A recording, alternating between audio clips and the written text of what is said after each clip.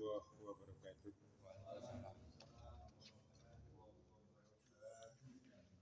Innal hamdalillah nahmaduhu wa nasta'inuhu wa nastaghfiruh wa na'udzu billahi min shururi anfusina wa min sayyiati a'malina may yahdihillahu fala mudhillalah wa may yudhlilhu fala hadiyalah. Asyhadu an la ilaha illallah wahdahu la syarikalah wa asyhadu anna Muhammadan abduhu wa rasuluh. Allahumma sholli ala Muhammad wa ala alihi wa sahbihi wa man tabi'ahu ila yaumil qiyamah. Qala Allah ta'ala ya ayyuhalladzina amanu taqullaha haqqa tuqatih wa la tamutunna illa wa antum muslimun. Ya ayyuhan nasu ubudu rabbakumul ladzi khalaqakum min nafsin wahidah wa khalaqa minha zawjaha wa bassa minhuma rijalan katsiran wa nisaa'a wattaqullaha alladzi tasaaluna bihi wal arham innallaha kana 'alaikum raqiba. Ya ayyuhalladzina amanu taqullaha wa qulu qawlan sadida yuslih lakum a'malakum wa yaghfir lakum dzunubakum wa may yuti'illaha wa rasulahu faqad faza fawzan 'azima. Amma ba'd. Jamaah kuliah subuh Masjid Al-Manari yang semoga Allah muliakan.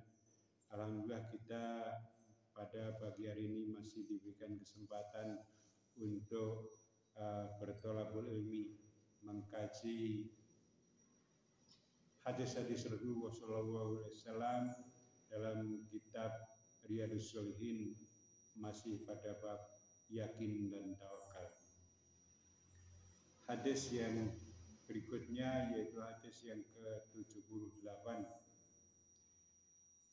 An Jabir radhiyallahu anhu anna ghaza ma'an Nabi sallallahu alaihi wasallam qabala Najd. Dari sahabat Jabir radhiyallahu anhu bahwa dia berangkat bersama Rasulullah sallallahu alaihi wasallam untuk berperang ke arah Najd. Falamma qafala Rasulullah sallallahu alaihi wasallam qafala ma'hum. Dan ketika Rasulullah sallallahu alaihi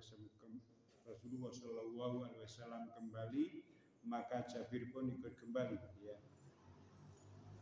Pada rokat kulqa ilata fi wadi kasirin idho. Ketika tiba di satu lembah yang penuh duri, ya, yaitu bertepatan dengan waktu qailah, yaitu waktu qailulah, ya, yaitu waktu istirahat siang, tidur sejenak siang. Wa nazala Rasulullah sallallahu alaihi wasallam, maka Rasulullah pun sallallahu alaihi wasallam berhenti. Fatafarraqan nasu yastadilluna bisajari. Maka kemudian orang-orang pun juga berpencar, ya, mencari perlindungan di bawah pohon. Wa nazala Rasulullah sallallahu alaihi wasallam tahta samura fa'alaqa biha sayfa.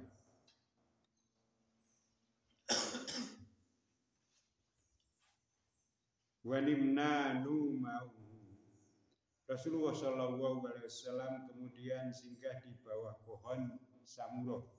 Jadi ada pohon yang namanya pohon samuro. Lalu baginda menggantungkan pedangnya pada pohon tersebut dan kami pun juga tertidur. Wa idza Rasulullah sallallahu alaihi wasallam yad'una wa idza indahu a'rabiyu. Maka ketika tiba-tiba Rasulullah sallallahu alaihi wasallam, ya, memanggil kami, sedangkan di dekat beliau itu ada seorang badui, ya. Faqala inna hadza ikhtarata alayya sayfi wa ana naim. Rasulullah kemudian bersabda, sesungguhnya orang ini telah menghunus pedangnya ketika aku sedang tidur.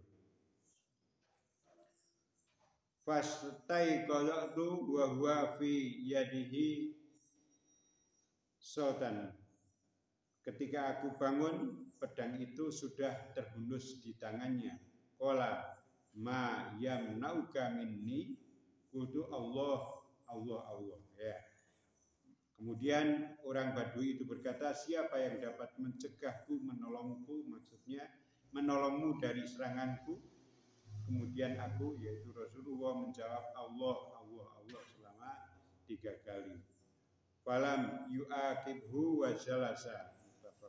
Maka orang itu tidak dapat berbuat apa-apa, lalu dia terduduk lemas. Ya, hadis diriwayatkan dari Bukhari dan Muslim. Jamaah yang dimuliakan Allah Subhanahu wa taala.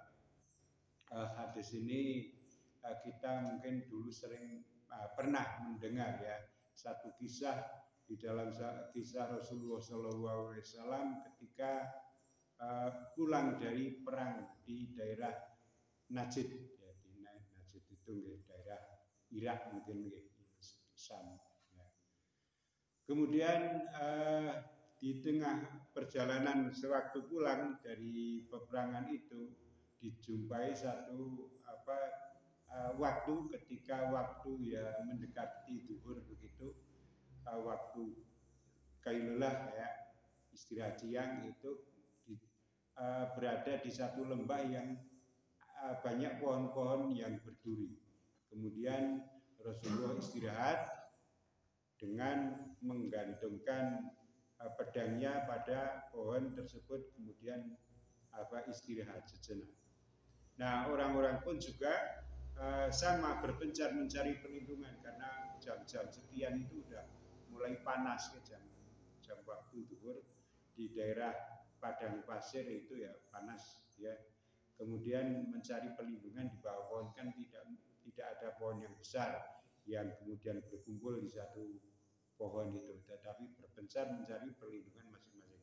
Nah, pada saat berlindung di bawah pohon itu, orang-orang pada tertidur. Kemudian ternyata ada orang Badui yang dia adalah mengincar Rasulullah SAW dan melihat pedang Rasulullah yang tergantung, kemudian diambil pedang Rasulullah itu, kemudian mendekati Rasulullah dan dengan pedang terhunus orang tersebut mengancam keselamatan Nabi Shallallahu Alaihi Wasallam.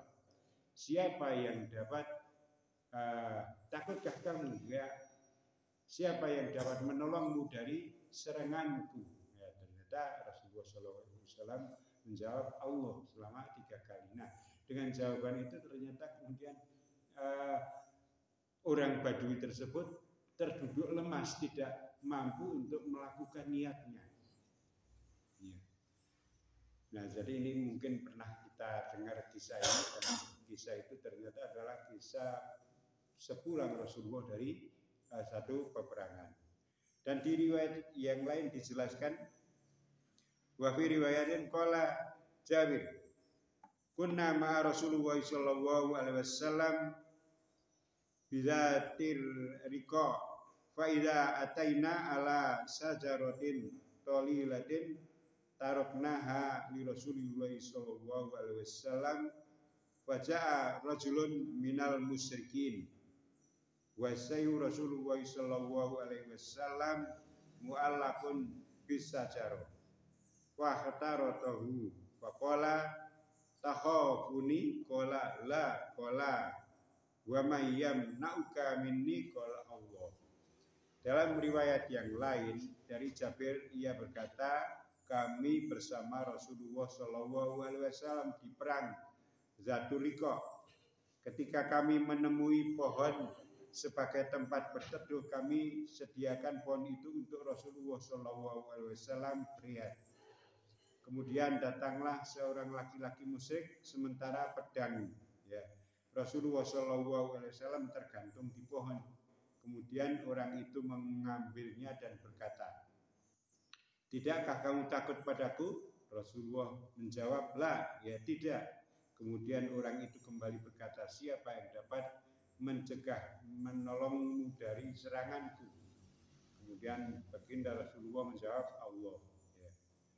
Dan di riwayat yang lain juga disebutkan, wa fi riwayatin Abi Bakril Ismail liyi fi sahihi qala may yamna'uka minni qala Allah qala fasaqata sayfu min yadi fa akhadha Rasulullah sallallahu alaihi wasallam as-sayfu as-sayfa fa qala may yamna'uka minni fa qala kun khaira akhir fa qala tasyhadu an la ilaha illallah wa anna Rasulullah qala la walakinni uahiduka alla aqatiluka wala akuna ma'a qaumi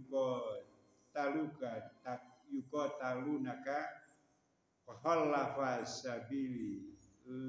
sabiluhu fa'ata ashabahu faqala ji'tukum min indi khairin nas. Ya.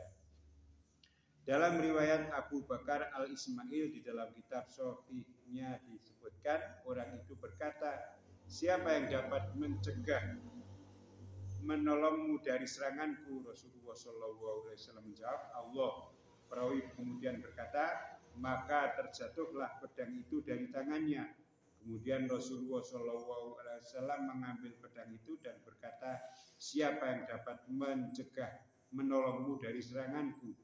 Orang itu menjawab, jadilah kamu sebaik-baik orang yang mengambil pedang. Maka Rasulullah SAW, apakah kamu bersaksi bahwa tidak ada Tuhan yang berhak disembah kecuali Allah dan aku adalah utusannya? Orang itu berkata, tidak.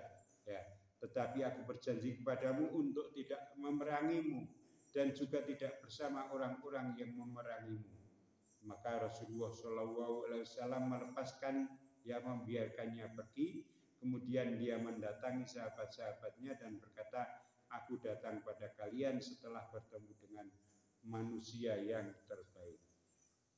Jamaah yang dimuliakan Allah Subhanahu wa taala, ya, jadi dari dua riwayat yang lain itu kita mendapatkan satu penjelasan tambahan bahwa ketika orang Badui tadi, orang musyrik, ya, yang mengancam keselamatan Rasulullah dengan mengambil pedang Rasulullah SAW, ya, siap, apakah kamu takut denganku? Ternyata Rasulullah menjawab, tidak, ya, tidak, aku tidak takut. Ya, kemudian siapa yang dapat mencegahku dari menyerangmu? Ya, siapa yang dapat menolongmu dari seranganku? Ternyata Rasulullah kemudian menjawab, Allah selama 3 kali, dan orang tersebut akhirnya tidak dapat melakukan niatnya, justru pedangnya jatuh dan terduduk lemas.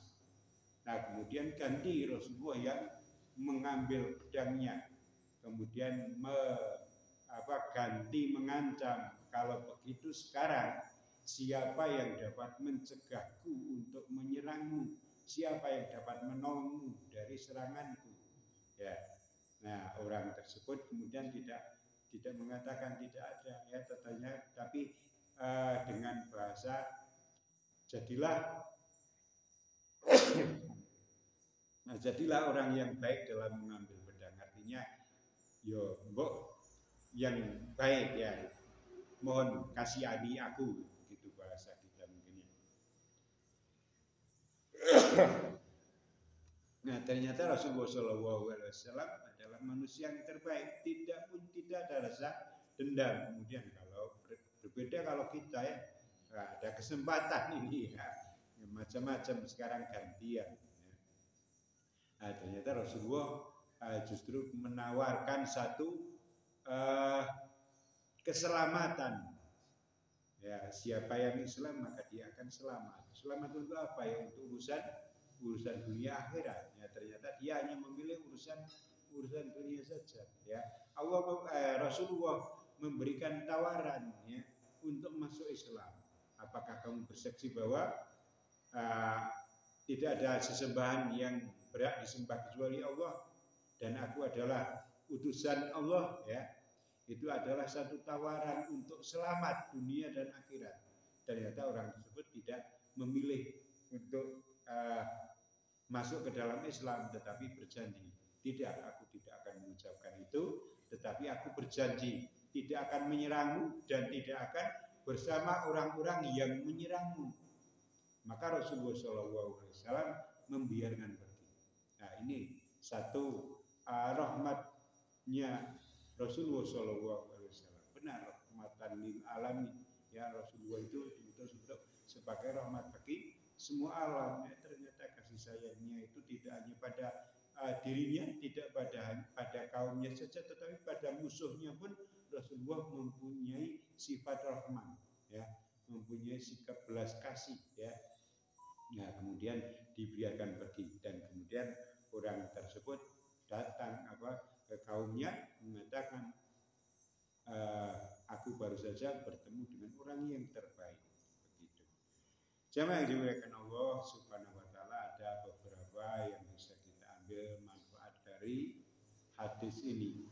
Yaitu yang pertama bahwa ada satu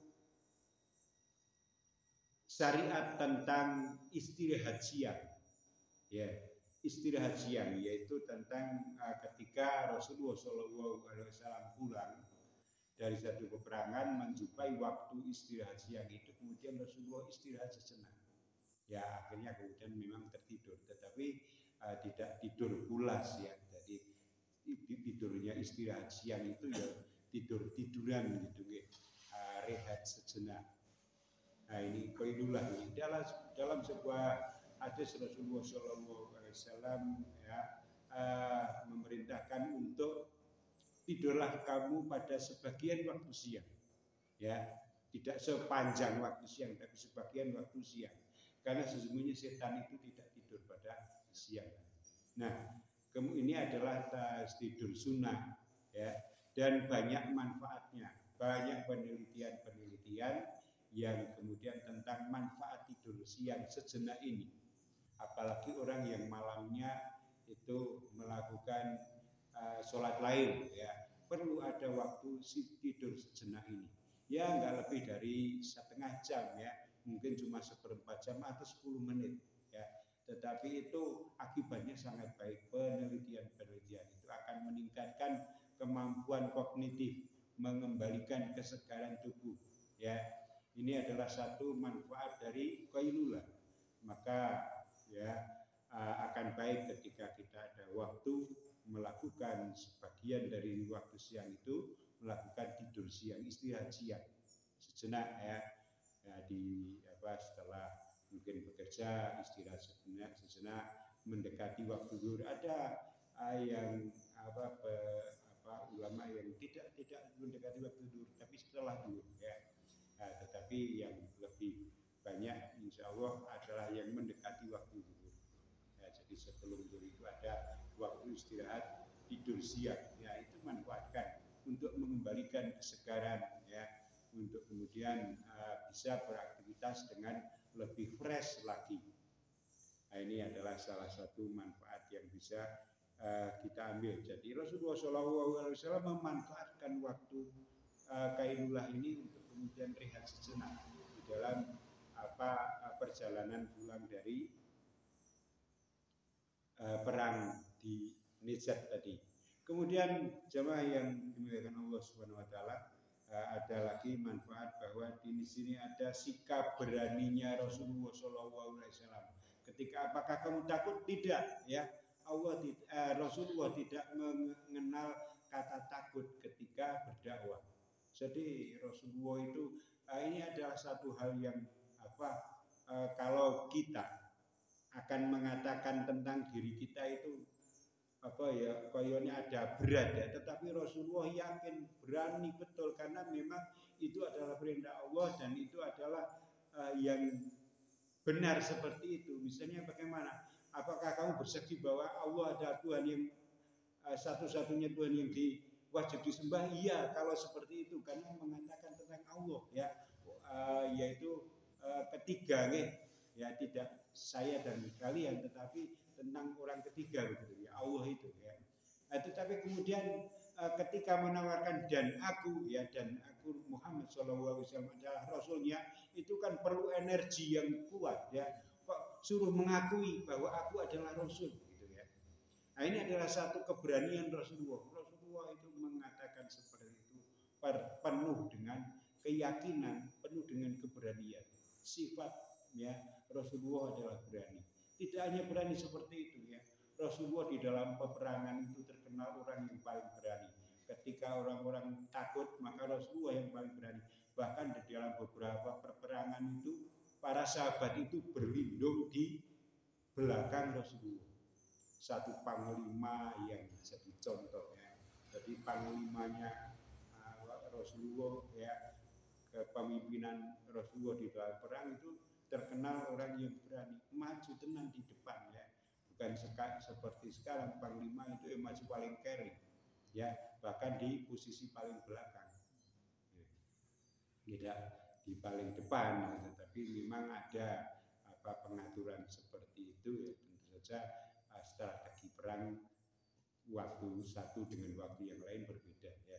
Tetapi keberanian Rasulullah itu sudah sangat teruji. Bahkan ketika dalam posisi setengah sadar itu ya, di tidur itu kan ya tidak, bahasa kita itu nyawone udah ngumpul begitu ya.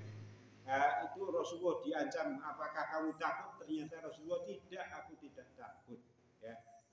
Nah, siapa yang dapat menolong kamu dari seranganku? Ternyata Rasulullah menjawab Allah ya. Jadi ini adalah sikap berani Rasulullah Shallallahu Alaihi Wasallam, dan juga sekaligus sikap yakinnya Rasulullah Shallallahu Alaihi Wasallam terhadap apa? Terhadap satu janji Allah, intang suruha yang subhum wa yusabbit aqdamakum ya. Jika kamu menolong Allah, maka Allah akan menolong kamu dan meneguhkan pendirianmu. Ya, ini ya Rasulullah sangat yakin terhadap janji Allah ini ya, sehingga ketika di dalam dakwahnya, di dalam peperangannya, dia tidak akan ada terlintas rasa takut ya, karena apa? Yakin akan pertolongan Allah. Ternyata betul ya, seketika itu kemudian ketika diancam seperti itu, siapa yang dapat menolong? Allah ya. Maka Allah memberikan ya janjinya. Siapa yang dapat menolongnya? Ternyata Allah menolong. Kemudian orang tersebut ternyata gemetar tangannya, tidak bisa melaksanakan niatnya, justru tertunduk dan lepaslah pedangnya. Nah, ini adalah satu bukti bahwa keyakinan akan pertolongan Allah itu harus benar-benar bulat. Ya, kita jangan berprasangka tidak baik pada Allah, harus berprasangka baik. Allah pasti akan menolong.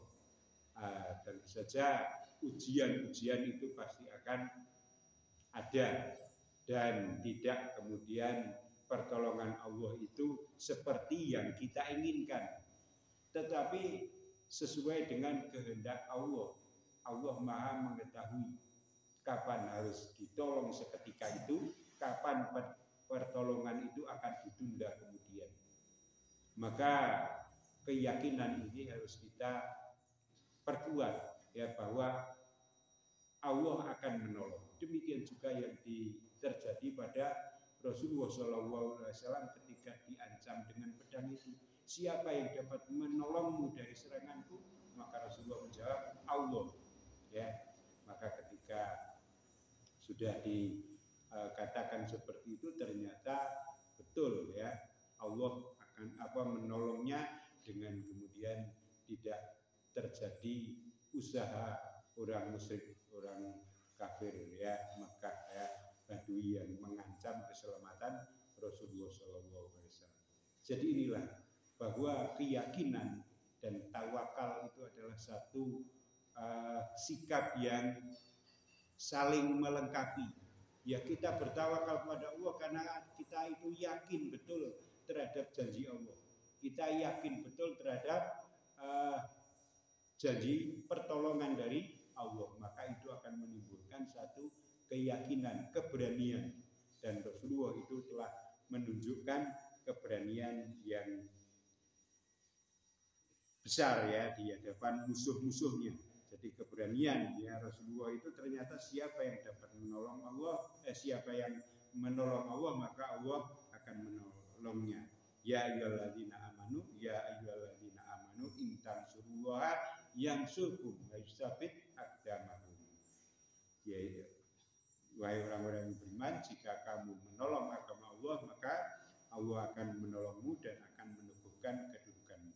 Maka ya marilah ketika kita berdakwah tentu saja dengan strategi yang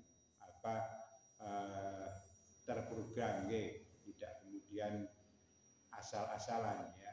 Ketika kita berdakwah, ketika kita sudah melangkah ya terus melangkah, jangan kemudian ada kendor, karena Allah pasti akan menolong ya, menolongmu dan juga akan meneguhkan pendirianmu. Tentang meneguhkan pendirian ini bisa jadi adalah satu kedudukan ya, kedudukan teguh yang tidak mudah goyah, tidak mudah kemudian luntur tergoda ya oleh keinginan atau ujian-ujian di dunia, maupun juga sikap ketika berada di Sirotol Mustaqim itu dia tidak goyah, dia tetap meniti Sirotol Mustaqim itu dengan mantap ya, syukur kemudian secepat kilat ya atau secepat kuda yang berlari ya. Tetapi meneguhkan pendirian dengan kita berdakwah menolong agama Allah, insya Allah Allah akan menolong kita dari urusan-urusan kita. Jamaah yang dimuliakan Allah Subhanahu Wa Taala, maka kisah ini memberikan pelajaran bagi kita bahwa di dalam kita berdakwah, dalam kita menjalankan syariat Allah Subhanahu Wa Taala, maka kita harus yakin bahwa Allah akan menolong diri kita. Kemudian kita bertawakal kepadanya dan menggantungkan semua urusan ketika kita sudah melakukan usaha, menggantungkan urusan kepada Allah Subhanahu wa Ta'ala, tentu saja dengan usaha dan juga doa ya, karena doa itu adalah senjata bagi orang-orang yang beriman. Jamaah yang dimuliakan Allah Subhanahu wa Ta'ala, begitu yang bisa kita sampaikan pada kesempatan hari ini, kurang lebihnya mohon maaf. Subhanakallahumma wa bihamdika asyhadu an la ilaha illa anta astaghfiruka wa atubu ilaik. Wassalamualaikum warahmatullahi wabarakatuh.